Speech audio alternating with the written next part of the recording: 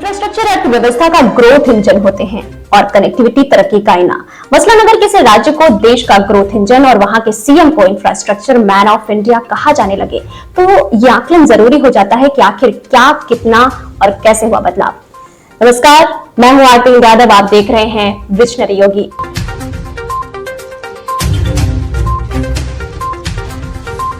दो lakh 43,286 square kilometre में फैले तकरीबन 25 करोड़ आबादी वाले उत्तर प्रदेश की बदलती सूरत से आपको कराएंगे रूबरू हमारी इस खास सीरीज कहानी बदलते यूपी की में।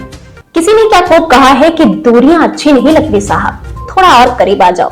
इस वक्तव्य को सार्थक कर रहा है उत्तर प्रदेश का सड़क नेटवर्क। उत्तर प्रदेश 13 एक्सप्रेसवे वाला देश का पहला राज्य बना है। कुल 13 में से 7 एक्सप्रेसवे पर काम चल रहा है, जबकि 6 एक्सप्रेसवे संचालित हैं। जानेंगे उन 13 एक्सप्रेसवे के बारे में विस्तार से जो यूपी के विकास की रफ्तार में सारथी बने हैं। पहले बात करेंगे संचालित 6 एक्सप्रेसवे के बारे में। यमुना एक्सप्रेसवे। यमुना एक्सप्रेसवे उत्तर प्रदेश के सबसे व्यस्त एक्सप्रेसवे में से एक है, जो नोएडा में परी चौक से शुरू होता है और राष्ट्रीय राजमार्ग 2 पर आगरा के कुबेरपुर में समाप्त होता है। 165 किलोमीटर लंबा है। नोएडा ग्रेटर नोएडा एक्सप्रेसवे, ये दिल्ली को ग्रेटर नोएडा से जोड़ने वाला तकरीबन 25 किलोमीटर लंबा 6 लेन एक्सप्रेसवे है। Agra Lucknow expressway. Agra Lucknow expressway Yamuna expressway से कनेक्टिविटी देकर राष्ट्रीय राजधानी दिल्ली की यात्रा को और सुगम बनाता है। आगरा एक्सप्रेसवे एग्जिट पॉइंट तक पहुंचने से पहले फिरोजाबाद, मैनपुरी, इटावा, औरैया, कन्नौज, कानपुर नगर, हरदोई और उन्नाव सहित पश्चिमी उत्तर प्रदेश के प्रमुख शहरों और 5 नदियों गंगा, यमुना, ईशान, सई और कल्याणी से होकर गुजरता है। इस एक्सप्रेसवे की कुल लंबाई 302 किलोमीटर है। ये वो 3 एक्सप्रेसवे हैं जिन्हें 10 सालों में पूर्ववर्ती सरकार के कार्यकाल के दौरान बनाया गया, जिनकी कुल लंबाई 492 किलोमीटर है, जबकि योगी सरकार ने महज 6 सालों के भीतर प्रदेश में विश्व स्तरीय इंफ्रास्ट्रक्चर डेवलपमेंट का कार्य शुरू किया और 733 किलोमीटर से अधिक लंबे एक्सप्रेसवे का निर्माण करवाया।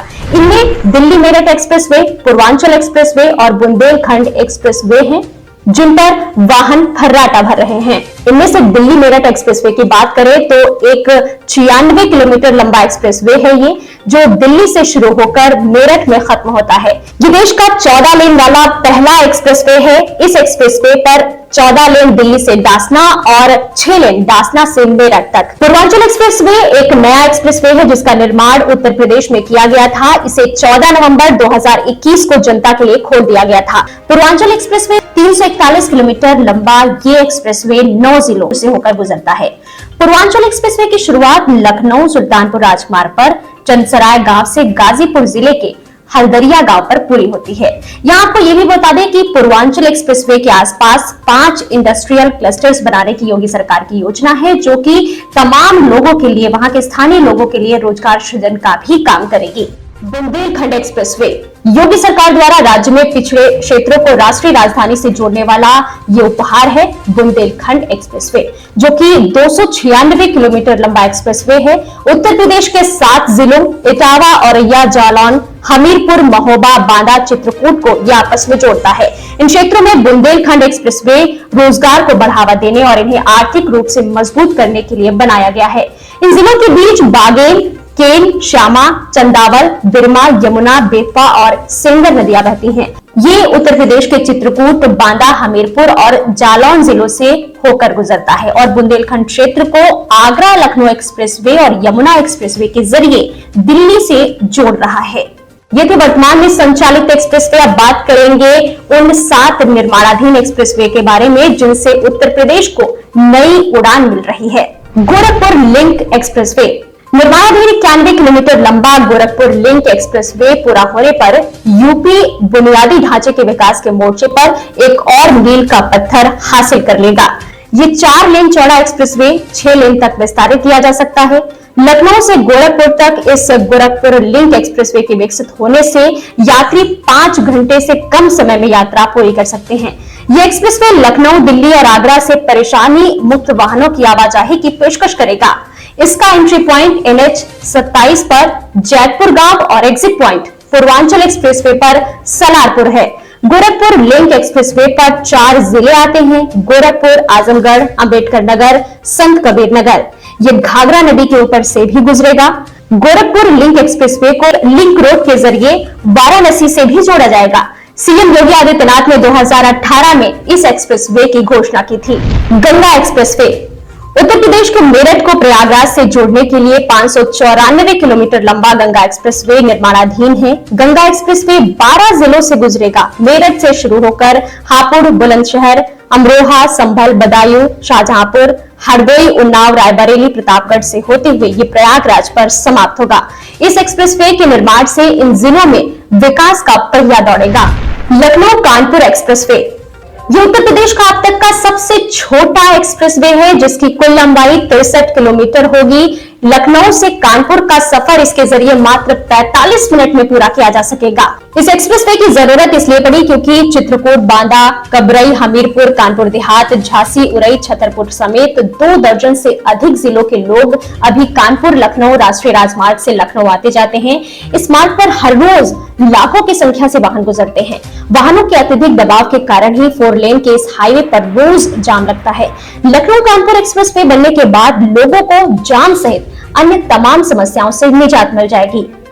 Ghaziabad Kanpur expressway Ghaziabad Kanpur greenfield corridor 380 kilometre लंबा है। यह एक्सप्रेसवे प्रदेश के 9 जिलों गाजियाबाद, हापुड़, बुलंदशहर, अलीगढ़, कासगंज, फर्रुखाबाद, कन्नौज, उन्नाव और कानपुर से होकर गुजरेगा।